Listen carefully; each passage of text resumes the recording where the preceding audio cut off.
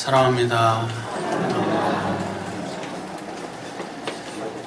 자, 오늘날 대부분의 국가들이 민주주의를 택하고 있습니다.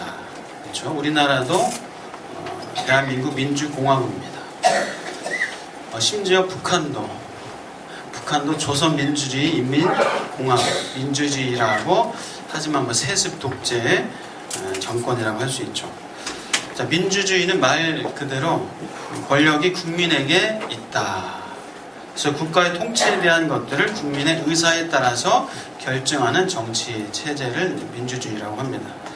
자, 옛날부터 지금까지 다양한 정치 제도가 이 세상에 존재해 왔습니다. 군주제, 공화정, 입헌군주제, 그 이전에는 족장제도, 봉건제도 이런 정치 제도가 있었습니다. 과거에는 주로 왕이 다스리는 이 군주제가 많은 세월을 그렇게 정치 제도로 있었습니다. 자, 왕이 나라를 다스리는 이런 왕권 정치, 군주제는 고대 사회부터 생겨났습니다. 왕은 백성을 대신해서 나라를 다스리고 외세로부터, 침략으로부터 지켰습니다. 물론 그 싸움은 백성들이 직접 또 나가서 해야 했습니다. 백성은 왕의 다스림과 통치를 받았습니다. 백성의 필요에 의해서 어떤 그런 왕 정치가 생겨났다고도 할 수가 있겠지만 사실은 강력한 힘을 갖고 있는 한 사람이 왕이 되어서 나라를 그렇게 지배했다라고 볼 수가 있습니다. 자, 왕권 정치는 한 사람의 왕에 의해서 나라가 좌지우지 됩니다. 그래서 왕이 나라를 잘 다스리면 그 나라가 평안하고 백성들도 평안했습니다. 그런데 한 사람 왕이 나라를 잘못 다스리면은 백성들이 큰 어려움을 당하고 고통스러워 했습니다. 자, 이 왕권 정치에 대해서 말씀을 드리는 이유가 오늘 본문에서 왕권 정치, 왕에 대한 말씀이 나오고 있습니다. 자, 우리 14절을 한번 같이 읽어보도록 하겠습니다. 오늘 본문 신명기 17장 14절입니다. 왕에 대한 말씀이 나오고 있는데요. 14절 같이 한번 읽겠습니다. 시작. 이별의 하나님 여호와께서 내게 주시는 땅에 이르러 그 땅을 차지하고 거주할 때에 만일 우리도 우리 주위의 모든 민족들 같이 우리 위에 왕을 세워야겠다는 생각이 나거든. 자, 너희들도 왕을 세워야겠다는 생각이 나거든. 이렇게 하라. 하나님께서 그런 말씀을 주십니다. 왕의 덕목과 왕의 자질과 또 왕의 어떤 자세에 대해서 말씀을 하나님께서 해주고 있습니다. 자, 사실 하나님이 이 땅을 다스리시고 통치하십니다. 이스라엘에게는 하나님이 왕이 되셨습니다. 하나님의 다스림과 통치를 받으면 이스라엘 백성은 됐습니다. 그러나 그들은 내심 자기 마음대로 하고 싶어서, 자기 욕심대로 하고 싶어서 하나님께 간섭받지 않고 하나님의 다스림과 통치에서 벗어나고 싶은 그런 마음이 생긴 것 같습니다. 하나님을 대적하고 싶고 자기 마음대로 하고 싶은 그런 마음에 왕을 세우려고 했습니다. 자, 자기 욕망대로 살고 싶은 인간의 악한 본성에서 나온 것이다 라고 볼 수가 있습니다. 자, 이스라엘 백성이 이제 이 모세 시대, 이 광야 시대, 이제 가나안 땅으로 들어가고 나서 이제 사사 시대를 겪게 되죠. 사사 시대 마지막 선지자, 사사가 바로 사무엘입니다. 자, 이스라엘 백성이 사무엘 선지자에게 왕을 요구할 때가 생겨지게 됩니다. 그때 보면은 이스라엘 백성들이 정말 왕을 요구하게 된 그 이유를 우리가 알 수가 있습니다. 자, 선지자이면서 사사라고 하는 그 사무엘, 이 사무엘이 나이가 많아서 이제 늙어서 이제 죽게 됐습니다. 그래서 아들들을 백성을 다스리는 사사로 세우려고 했지만은 백성들이 거절하고 거부했습니다. 물론 두 아들이 사사로서의 어떤 자격과 성품과 자질이 모자란 그런 사람들이었습니다. 사무엘은 자신과 그래서 아들들을 거절하는 이스라엘 백성들을 생각하면서 속이 상했습니다. 왜 나를 왜 나의 아들들을 거절하고 거부하는 것일까 하면서 속이 상하고 마음이 참 힘들었습니다. 근데 하나님께서는 사무엘에게 말씀하십니다. 그것이 아니다. 그것이 아니다. 이 사무엘상 8장 7절에서는 이렇게 말씀합니다. 백성이 너에게 한 말을 다 들으라. 이는 그들이 너를 버림이 아니요 너를 버리는 것이 아니라 나를 버려 자기들의 왕이 되지 않게 못하게 함이니라. 이스라엘 백성들이 사무엘의 아들들을 버리는 것이 아니라 여호와 하나님 나를 버려 자기들의 왕이 되지 못하게 하려는 그런 의도다. 하나님께서는 말씀을 사무엘에게 하셨습니다. 자, 하나님께서는 백성이 왕을 요구한다면 왕을 세우라 라고 말씀을 해주십니다. 하나님께서는 억지로 백성들이 원하는 것을 억지로 막지는 않으셨습니다. 하나님이 막으셔도 그 악함으로 말미암아 저질러 버리는 백성들이기 때문에 하나님이 억지로 강제로 그들의 요구를 막지는 않으셨습니다. 아담 시대부터 그랬습니다. 아담 시대부터 하나님께서는 그 인간에게 자유로운 선택할 수 있는 자유의지를 주셨습니다. 우리 인간을 로봇으로 만들지 않으셨다는 겁니다. 하나님께서는 우리 인간을 하나님과 교제할 수 있는 인격체로 만드셨습니다. 그리고 우리에게 스스로 자유롭게 선택할 수 있는 그런 의지를 주시고 하나님과의 풍성한 교제를 나누게 우리 인간을 만드셨다는 겁니다. 물론 그 선택에 대한 결과는 스스로 본인이 감당을 해야 했습니다. 자, 왕을 세우려고 하는 백성들에게 하나님께서는 엄히 경고하라. 왕을 세우면 분명히 이런 어려움이 생길 것이다 라는 그런 경고를 하라고 사무엘상 8장에서는 말씀하고 있습니다. 자, 사무엘상 8장을 이제 제가 좀 요약해서 말씀드리면, 너희들이 왕을 세우려고 할 때 그 왕이 너희 아들들을 데려다가 그 왕의 병과 말을 부리고 말을 모는 그런 사람으로 삼을 것이다. 백성들 너희들의 아들들을 데려다가 천부장과 50부장과 그 왕의 신하로 삼을 것이다. 또 왕의 밭을 갈게 하고 왕의 추수를 하게 하고 또 왕의 무기와 병거의 장비를 만들게 할 것이다. 또 너희의 딸들을 데려다가 향료 만드는 자와 요리하는 자와 떡 굽는 자로 삼을 것이다. 너희의 밭과 포도원과 감람원에서 좋은 것을 가져다가 자기 신하들에게 먹게 할 것이다. 또 너희의 곡식과 포도원 소산의 10분의 1을 거두어서 자기의 관리와 신하에게 줄 것이다. 또 너희의 노비와 가장 좋은 것들 나귀들을 끌어다가 자기 일을 시킬 것이다.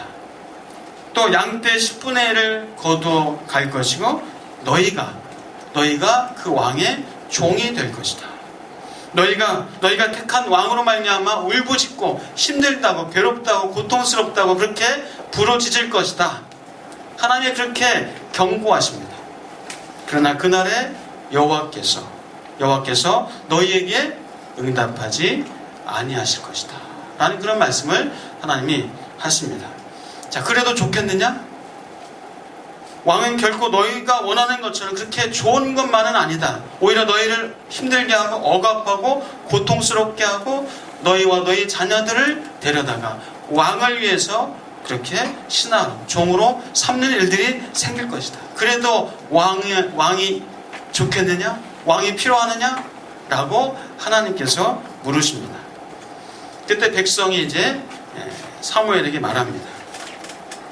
아닙니다. 우리에게 왕을 주옵소서. 우리도 다른 나라들처럼 우리의 왕이 우리를 다스리며 또 우리 앞에 나가서 우리의 싸움을 싸워야 할 것입니다. 우리에게 왕을 주소서라고 백성들은 하나님의 경고도 아랑곳하지 않고 왕을 계속해서 요구를 합니다. 정말 하나님께서 예고하시고 경고하신 것처럼 이스라엘 역사를 보면은 왕이 이제 생기면서 그 왕이 오히려 백성들을 힘들게 하고 백성들은 왕을 지극히 섬기고 또 왕을 위해서 재물과 돈과 노동력과 시간을 왕을 위해서 바쳐야 됐습니다. 여러분 솔로몬 아시죠? 솔로몬의 부귀영화도 사실 백성들의 피와 땀이 있어야 가능했습니다. 이스라엘 백성은 그래도 왕이 있어야 되겠다고, 그래도 왕을 달라고 고집을 부렸습니다. 왕은 백성들을 위해서 나라를 다스리는 것이 아니라 군림하는 왕이 될 것이다 라고 그렇게 경고함에도 불구하고 이스라엘 백성은 왕을 달라고, 우리에게 왕을 달라고 그렇게 하나님께 요구를 합니다. 자, 왕을 세울 수 있게 해달라고 막무가내로 요구하는 이스라엘 백성에게 하나님께서는 어쩔 수 없이 왕을 세우라고 하시게 됩니다.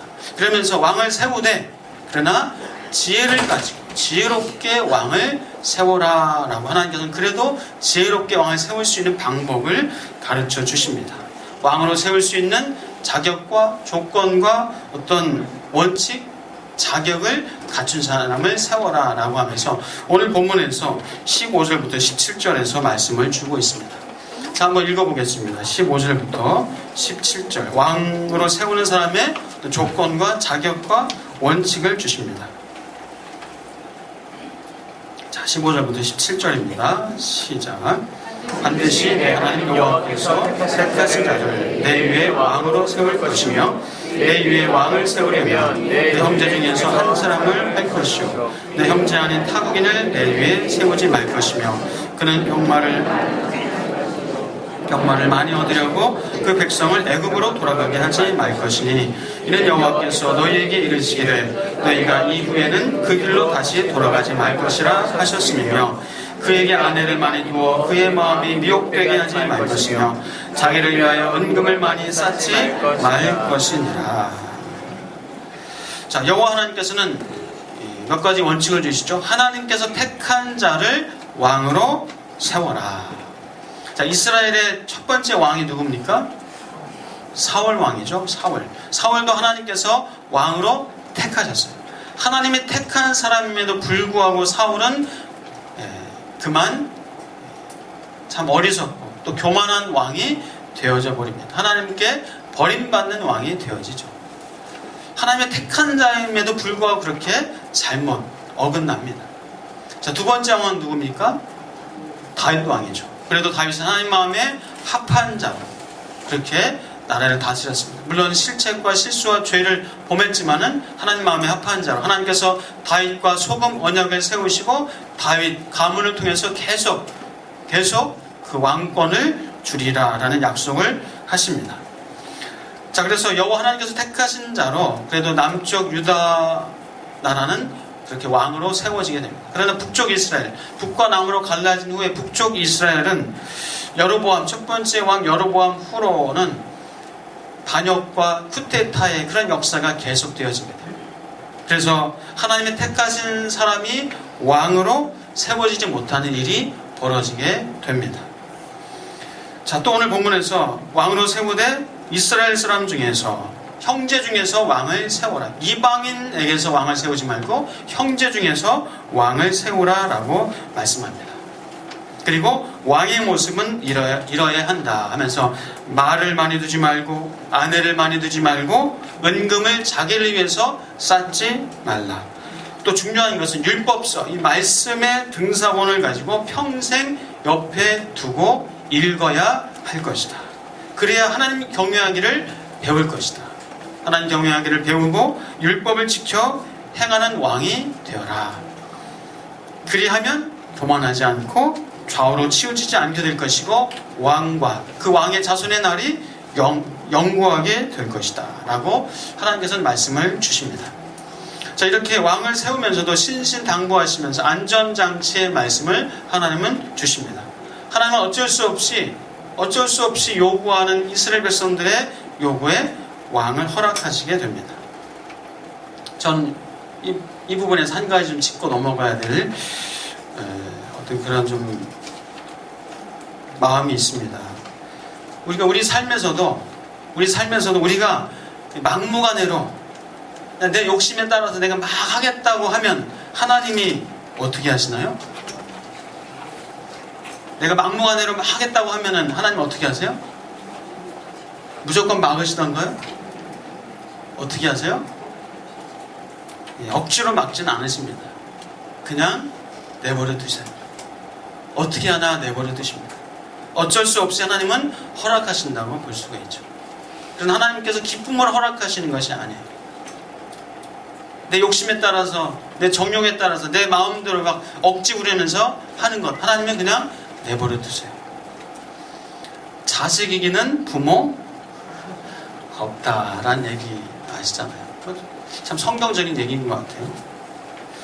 성경에 보니까 이 탕자, 돌아가시지도 않은 그 아버지에게 재산을 상속해달라고 하면서 그 아버지는 그냥 어쩔 수 없이 재산을 나눠줍니다. 그래서 탕자는 정말 허랑방탕하게 그렇게 시간과 세월을 보내다가 결국 아버지에게 돌아오게 되죠. 자, 왜 하나님께서 그렇게 우리가 막무가내로 내 욕심에 따라서 막 하려고 할 때 하나님이 그냥 왜 내버려 두십니까? 왜 그냥 허용하십니까? 왜요? 우리를 로봇으로 만들지 않으셨다는 거예요. 우리를 무조건적으로 하나님의 명령을 따르도록만 그렇게 우리를 설계하지 않으셨습니다. 우리를 인격적으로 만드셨고 하나님과 인격적인 교제를 나누게 하십니다. 그래서 지식과 감정과 의지를 가지고 하나님과 전 인격적인 관계를, 교제를 하기를 원하신다는 거예요. 스스로 깨닫게 하시려는 의도가 있습니다. 그래서 진정한 복이, 참된 복이 무엇인지를 하나님은 깨닫게 하시고 알게 하시라는 그런 의도가 있습니다. 여러분 묻겠습니다. 여러분에게 왕은 누굽니까? 여러분에게 왕은 누굽니까? 대통령이 왕입니까? 손님이 왕이십니까? 아내가 왕입니까? 남편이 왕입니까? 자식이 왕입니까? 물론 우리가 대통령을 위해서 기도하고 정치 잘 하도록 도와줘야 합니다. 또 왕같이 손님을 그렇게 대해주고 서비스를 해야 하겠죠. 또 아내, 자녀와 대화하고 또 의견도 들어주고 남편들은 독재하지 말아야 하겠죠. 아내를 여왕처럼 모시면서 살아야 잘 삽니다. 자, 여러분 다시 묻습니다. 여러분 정말 여러분의 왕은 누굽니까? 여러분의 결정권자 누굽니까? 여러분 학교를 선택할 때, 자녀의 학교, 학과를 선택할 때 인기 학과니까, 취업 유망하니까 어떤 그런 것만 보고 자녀의 학교, 학과를 선택하십니까? 아니면 하나님이 자녀에게 주신 은사와 기질과 또 성품과 또 사명이 무엇인지 기도하면서 그렇게 선택하십니까? 여러분 이사를 하실 때 애들 학군, 투자 가치만 따지고 이사를 결정하십니까? 물론 학군, 이왕이면 학군, 투자 가치가 있으면 좋겠죠. 그러나 정말 하나님께 기도하면서 하나님께 결제를 받으면서 그렇게 이사를 또 결정하십니까?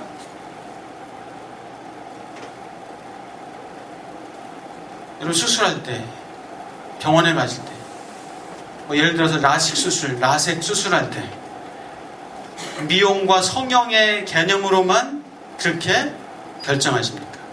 아니면 하나님께 결정권을 드려서 하나님이 주시는 마음을 가지고 결정하십니까? 하고 안 하고가 중요한 것이 아니라 하나님께 결정권을 드리면서 하나님께 여쭙고 물어보는 것. 취업이나 이직이나 사업을 하려고 할 때 돈과 연봉과 유망 업종 그것만 따지면서 어떤 일을 선택하고 사업을 선택하십니까? 아니면 하나님이 나에게 주신 기질과 성격과 은사와 그것을 살피면서 하나님께 기도하면서 그렇게 선택하십니까? 결혼, 교회 섬김과 봉사, 사람과의 관계를 나 중심으로 내 이익을 챙기면서 세상적인 가치관을 가지고 판단하고 선택하십니까? 아니면 하나님이 주시는 말씀, 또 기도의 과정을 통해서 여러분 선택하십니까? 자, 우리가 하나님을 믿는다고 하면서, 여러분 하나님 믿으시죠? 하나님을 믿는데 하나님이 내 인생을 도와주시는 분, 하나님이 내 삶의 문제를 해결해 주시는 분, 하나님이 나를 성공하게 해주시는 분, 그것으로만 생각하고 있습니까? 물론 하나님은 우리를 도와주십니다. 우리 문제를 해결해 주십니다. 나를 주 안에서 성공으로 이끄시는 그런 분이십니다. 그러나 정말 내가 내 인생의 왕이 되어서, 내가 왕으로서 내가 잘되고 내가 건강하고 내가 인생에 성공하는데 필요한 분으로 하나님을 생각하십니까? 그럼 누가 여러분에게 왕입니까? 누가 여러분에게 왕입니까? 모니터로 좀 봐야 되는데 모니터가 지금 오늘 안 돼서요. 복사를 좀 크게 했는데 보이시려나 모르겠습니다.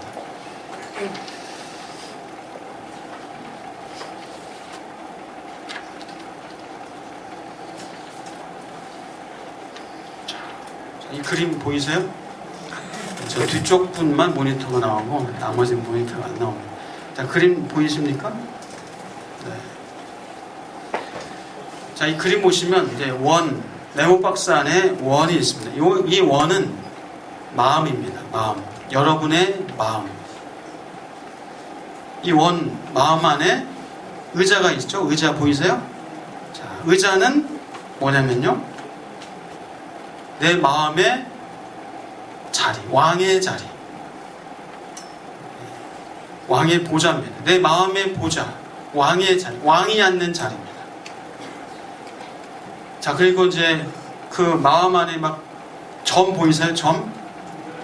흩어져 있는 점 보이세요? 이 점은 우리가 계획하는 여러 가지 인생사예요. 그리고 십자가는 예수님입니다. 십자가는 예수 그리스도. 자, 이 그림 한번 보세요. 이 그림의 제목이 뭡니까? 타이틀이 비그리스도인. 그리스도인이 아닌, 예수를 안 믿는 사람의 마음 상태예요. 자, 이 마음의 보좌에, 왕의 자리에 누가 앉아 있습니까? 왕의 자리에 잘 안 보이시는 분들 계실 텐데, 나 자신이 왕의 자리에 앉아 있어요. 그럼 예수님은 어디에 있습니까? 마음 밖에 있습니다. 마음 밖. 예수를 안 믿는다는 얘기예요. 자, 그러니까 이 어떤 인생사, 여러 가지 점, 인생사가 지금 어떻습니까? 막 혼란스러워요. 점이 여기저기 흩어져 있어요. 크고 작고 혼란스러워. 혼돈과 공허와 불안정감, 초조함, 그런 것을 상징합니다. 에베소서 2장 2절부터 3절 말씀, 찾으실 수 있는 분들 찾아보십시오. 에베소서 2장 2절에서 3절 말씀은 이렇게 말씀합니다. 그때에 너희는 그 가운데서 행하여 이 세상 풍조를 따르고 공중의 권세 잡은 자를 따랐으니 곧 지금 불순종의 아들들 가운데서 역사하는 영이라. 전에는 우리도 그 가운데서 우리 육체의 욕심을 따라 지내며 육체와 마음에 원하는 것을 하여 다른 이들과 같이 본질상 진노의 자녀이었더니. 본질상 진노의 자녀인 비그리스도인의 모습입니다. 두 번째 그림을 보여드리겠습니다. 자, 이 두 번째 그림. 자, 마음의 보좌, 왕의 자리에 누가 앉아 있습니까? 누가 앉아 있어요?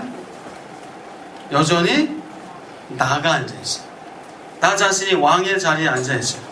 그런데 예수님 십자가는 지금 어디 있습니까? 마음 안에는 있어요.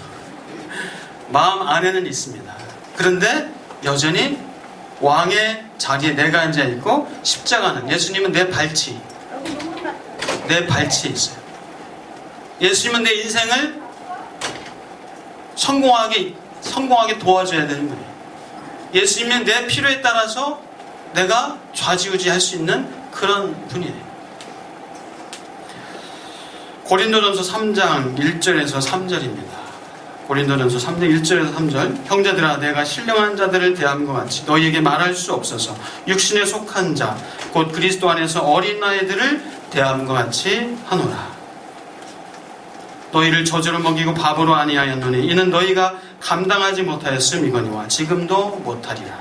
너희는 아직도 육신에 속한 자로다. 너희 가운데 시기와 분쟁이 있으니 어찌 육신에 속하여 사람을 따라 행함이 아니리요. 여러분, 육신에 속한 그리스도인의 마음 상태가 어떻습니까? 비그리스도인하고 다를 바가 없어요. 역시 혼돈과 초조와 불안과 안정감이 없는 그런 마음 상태. 예수를 믿으나 안 믿는 별로 차이가 없는, 물론 가끔은 주님이 주시는 은혜가 있고 주님이 주시는 말씀이 있죠. 그러나 보통 마음이 이렇게 불안정합니다. 세 번째 그림을 보여드리겠습니다. 세 번째 그림의 제목은 뭡니까? 성령에 속한 그리스도인. 성령에 속한 그리스도인. 자, 마음의 보좌, 왕의 자리에 누가 앉아 있습니까? 예수님. 십자가가 있습니다. 마음의 왕의 자리에, 나의 보좌에 예수님이 앉아 계십니다. 나는 어디 있습니까? 나는 예수님의 발치 아래에 있습니다. 자, 그러니 마음의 상태가 어떻습니까? 인생사가 어떻습니까? 아까와는 현저히 다르죠. 안정감이 있습니다. 평안합니다. 기쁨이 있고 참된 풍성한 행복을 누리는 그런 모습입니다. 자, 성경에서는 말씀합니다. 갈라디아서 2장 20절입니다. 내가 그리스도와 함께 십자가에 못 박혔나니 그런즉 이제는 내가 사는 것이 아니요 오직 내 안에 그리스도께서 사신 것이라. 내가 사는 것이 아니라 오직 내 안에 그리스도께서 사시는 겁니다. 내가 육체 가운데 사는 것은 나를 사랑하사 나를 위하여 자기 몸을 버리신 하나님의 아들을 믿는 믿음 안에서 믿음으로 사는 것입니다. 사랑하는 여러분은 이 세 가지 그림 중에서 어느 그림에 속하십니까? 첫 번째 그림은 아니시겠죠? 비그리스도인은 아니시겠죠? 비그리스도인이 이 자리에 앉아있기는 힘드니까. 두 번째? 아니면 세 번째? 여러분은 어떤 그림, 어떤 사람이 되고 싶습니까? 세 번째, 성령에 속한 그리스도인요? 사랑하는 여러분, 예수님을 왕으로 삼아야 합니다. 예수님이 명령하시는 것을 전적으로 따라야 합니다. 가라면 가고 가지 말라면 가지 않고, 하라면 하고 하지 말라면 하지 않고. 왜요? 예수님이 참된 진정한 우리의 왕이시기 때문입니다. 예수님은 어떤 왕이십니까? 예수님은 어떤 왕이십니까? 인간 왕처럼 군림하고 괴롭히고 억압하는 그런 왕이십니까? 인간 왕처럼 말을 많이 두고 아내를 많이 두고 자기를 위하여서 은금을 많이 쌓아놓는 그런 왕이십니까? 예수님은 하나님께서 택하신 우리의 왕이십니다. 예수님은 우리를 가장 잘 아시는 왕이십니다. 예수님은 겸손하시고 인자하신 왕이십니다. 사랑하는 여러분, 왕이신 예수님의 다스림을 받으시기를 주의 이름으로 축복합니다. 예수님의 다스림은 나를 위한 다스림입니다. 나를 잘되게 하기 위한 다스림이에요. 치우치지 아니하는 다스림이고 또한 하나님의 지혜로운 그런 통치요 다스림입니다. 우리의 왕이신 주님을 따를 때에 우리의 왕이신 나의 왕 되신 그 예수 그리스도의 말씀을 명령을 따를 때에 우리가 진정으로 안정된 삶을, 평안한 삶을, 기쁨과 즐거움의 삶을, 아까 그림처럼 그 그림을 보신 것처럼 그런 평화로운 삶을, 그런 능력의 삶을, 그런 자유로운 삶을 살게 될 줄 믿습니다. 내가 왕이 되면 우리 인생은 험악합니다. 야곱처럼 내가 왕이 되면 우리 인생은 공고하고 우리는 힘겨운 혼돈스러운 험악한 세월을 살 수밖에 없습니다. 사랑하는 여러분, 왕이신 예수 그리스도를 따르시는 저와 여러분 되시길 주의 이름으로 축복합니다. 우리 같이 한번 고백하겠습니다. 나는 왕이 아닙니다. 나는 왕이 아닙니다. 남편이 왕이 아닙니다. 남편이 왕이 아닙니다. 아내가 왕이 아닙니다. 아내가 왕이 아닙니다. 자식도 왕이 아닙니다. 자식도 왕이 아닙니다. 예수님이 나의 왕이십니다. 예수님이 나의 결정권자이십니다. 그 고백 말로만이 아니라 우리의 삶으로 고백하시면서 사실 축복합니다. 그래서 우리는 자꾸 연습해야 돼요. 자꾸 몸에 배도록 좀 습관을 가져야 됩니다. 주님, 나의 왕이신 예수님 어떻게 할까요? 나의 왕이신 예수님 무엇을 할까요? 이거 할까요 말까요? 나의 왕이신 예수님 명령하십시오. 말씀하십시오. 내가 듣겠습니다. 우리는 그렇게 연습하고 습관을 가져야 됩니다. 우리 같이 한번 연습해 보겠습니다. 나의 왕이신 예수님, 나의 왕이신 예수님 어떻게 할까요? 어떻게 할까요? 이것 할까요 말까요? 여러분, 하나님이 하라고 하면, 예수님이 하라고 하면 하겠습니다. 예수님이 하지 말라고 하면 하지 않겠습니다. 예수님이 하지 말라고 하죠. 그럴 때 우리의 삶이 참된 평안과 자유함과 능력과 이 땅에서의 그런 안정을 누리는 평화로운 삶을 살게 될 줄 믿습니다. 여러분의 삶이 되시기를 주의 이름으로 축복합니다. 기도하겠습니다. 하나님 감사합니다. 왕이신 나의 예수 그리스도를 높입니다. 나의 입술만이 아니라 입술로만 고백하는 것이 아니라 나의 삶으로 범사에 그 어떤 상황과 어떤 사건 속에서도 예수님이 나의 왕이십니다. 예수님께 물어보고 여쭤보면서 예수님께서 하라고 하는 대로 살아갈 수 있는 능력의 사람들, 평안의 사람들 되게 하옵소서. 예수 그리스도의 이름으로 기도하옵나이다. 아멘.